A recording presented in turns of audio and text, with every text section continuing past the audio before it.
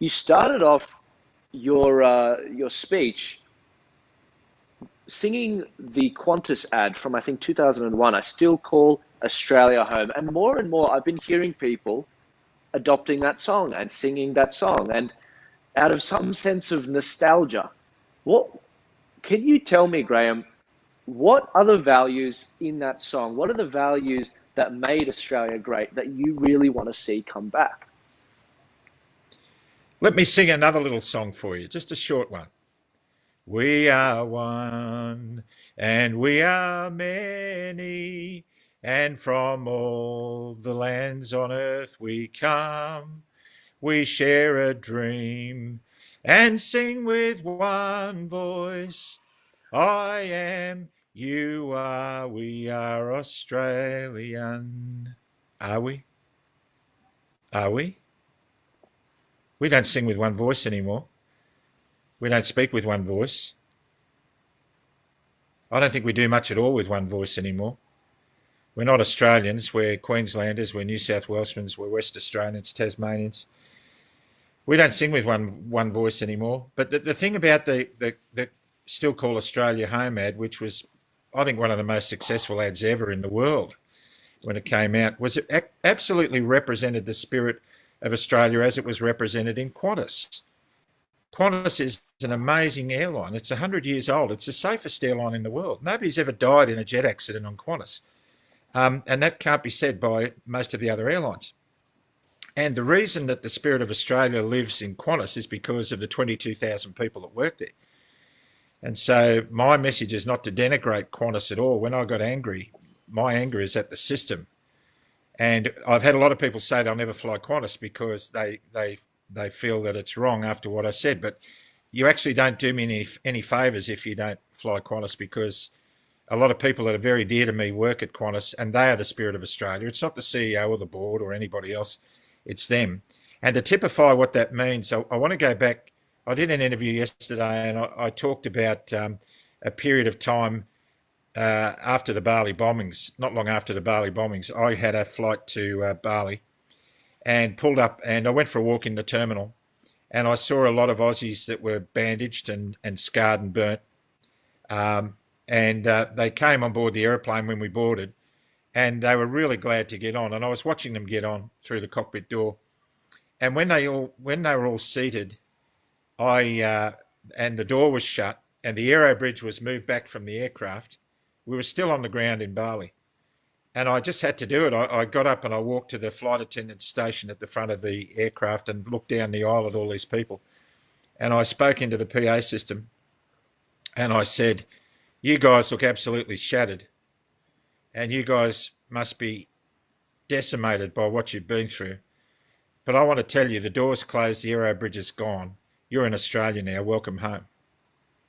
Welcome to Australia." And we hadn't even left Bali. And there were claps and there were tears.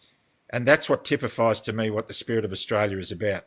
And I'm really, really proud of my 32 years in command at Qantas, because every day going to work, it was like that. It meant something.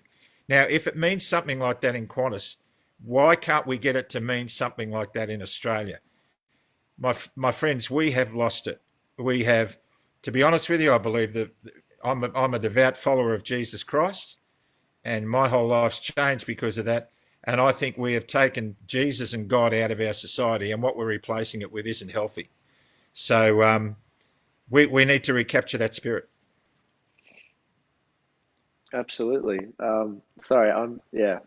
You sorry, listening to you sing that, that was the same thing that was sung on the steps on the steps of remembrance, and I I think when I was in year three, I was one of the few boys that was picked to join this boys' choir at the time, and we ended up singing that song with a lot of other schools in the Sydney Opera House. So yeah, it brings back memories, you know, You're and touched, aren't you? Yeah. And you yeah, know, Joel, yeah, Joel, live in that moment for a minute, because what's making you feel emotional now is what we've got to recapture. We have to, mate. I'm puddled up too. We got to get our country back. My dad served for 5 years in the military in World War II. He fought the fascists and he fought the Japanese. And I took him to see Saving Private Ryan when the movie was in the cinemas, and most people will recall that.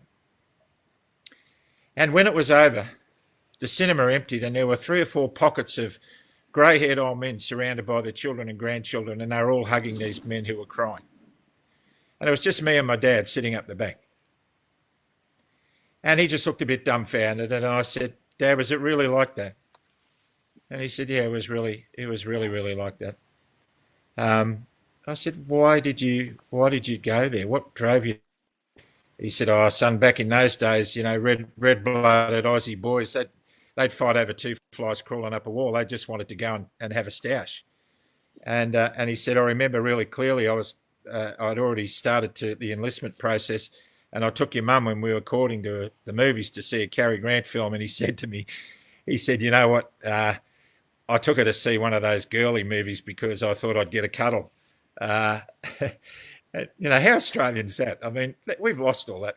Anyhow, he put his arm around her, and they were waiting for the movie to start, and the movie tone newsreels came on, and they looked and they saw footage taken in Berlin of German people, well educated, uh, of a superior race, they thought, rounding up Jews in Berlin and beating the garbage out of them and spitting on them and breaking their shop windows and hurting them up, and little kids being trodden underfoot. And he looked at it and he said, "I got really angry." And he said, "They're not going to get away with that. No way in the world."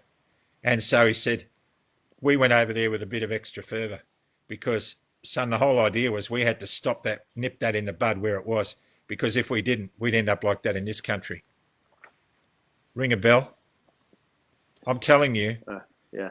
I'm into my history, and I've seen what happened in Berlin, and those people were well educated, but they were scared. They had a propaganda machine. Everybody in Berlin had a Nazi, a swastika on a radio that was given to them when the Nazis took over, and propaganda minister Goebbels used to tell them there'll be good news about the Reich every night, and you must listen to your radios. And so they had the same propaganda media that we've got at the moment, and they were conned, and they believed everything that they were told. And when the war was over and the concentration camps were liberated, the Allies took busloads of Germans through the camps to show them the rotting corpses of 6 million Jews. And they wept and they fell on the ground and they didn't believe it. They didn't believe it had happened. Now, about 80% of Germans went along with that. The other 20% were either shot or they went into exile, and they came back later on to try and rebuild it. They didn't like what was going on. But 80% of them fell for it, and the minority were persecuted. So when you consider what went on in Berlin with a bunch of well-educated people, I've got to tell you, Joel, we are this close in Australia to revisiting that horror. We are this close. And that's the reason I believe we denigrate the sacrifices of our soldiers. We pour their blood down the gutter when we allow the freedoms that they fought for to be so freely given up. And this has got nothing to do with vaccines or viruses. This is about our freedoms. And the greatest virus we're dealing with at the moment, Joel, is fear. And that fear is driven into us. We catch it through too much media, too much propaganda. The fear is put into us by newspaper headlines like "Be afraid" in big black letters. Be afraid. And we have these daily press conferences from politicians spruiking their stuff. And that fear, there's only one antidote for that. Oh, by the way, there's several variants to that virus. There's a suicide variant. That's massive. The suicide variant is killing more people than the COVID is. Now, fact checkers, don't worry about it. I'm making a generalised statement, but I tell you, I work in welfare with my wife Michelle, and we're in concert with a lot of other welfare groups that are helping people in recovery, and we know that we're getting the calls. We're talking to the people, And I've been talking to a lot of Qantas people who've been that depressed and distressed because they're really worried about the situation they're being forced into. And while I've got you Qantas people, I know there's a lot of you watching. You know what? There is a lot of you watching. And I want you to know there's a lot of you watching because you're not alone. And all the Virgin people and all the Jetstar people and all the Alliance people, the Rex people, you are not alone. There's a lot of you there, but you'll never be allowed to see them.